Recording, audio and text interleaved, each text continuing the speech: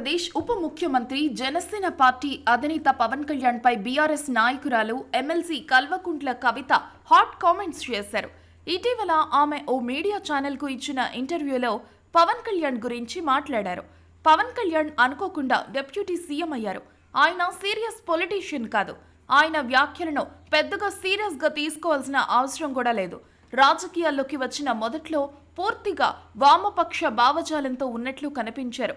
చే గువేరాను ఆదర్శంగా తీసుకుంటున్నట్లు ప్రకటించారు.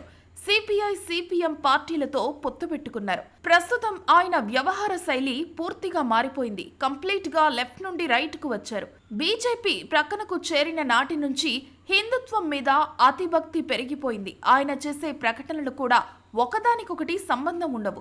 రేపు తమిళనాడుకు వెళ్లి హిందీ ఇంపోజ్ చేయబోము అని చెప్పినా ఆశ్చర్యపోవాల్సిన పనిలేదు. పార్టీ పెట్టిన 15 ఏళ్లకు ఎమ్మెల్యే అయ్యారు. వైసీపీ మినహా దాదాపు ఏపీలోని అన్ని పార్టీలతో పొత్తు పెట్టుకున్నారు.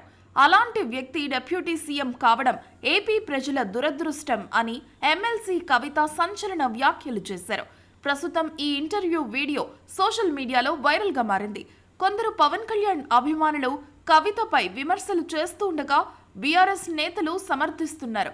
ప్రస్తుతం హిందీ నేర్చుకోవాలన్న పవన్ కళ్యాణ్ వ్యాఖ్యలపై మీ స్పందనేంటి అని యాంకర్ అడిగిన ప్రశ్నలకు కవిత ఈ విధంగా రియాక్ట్ అయ్యారు.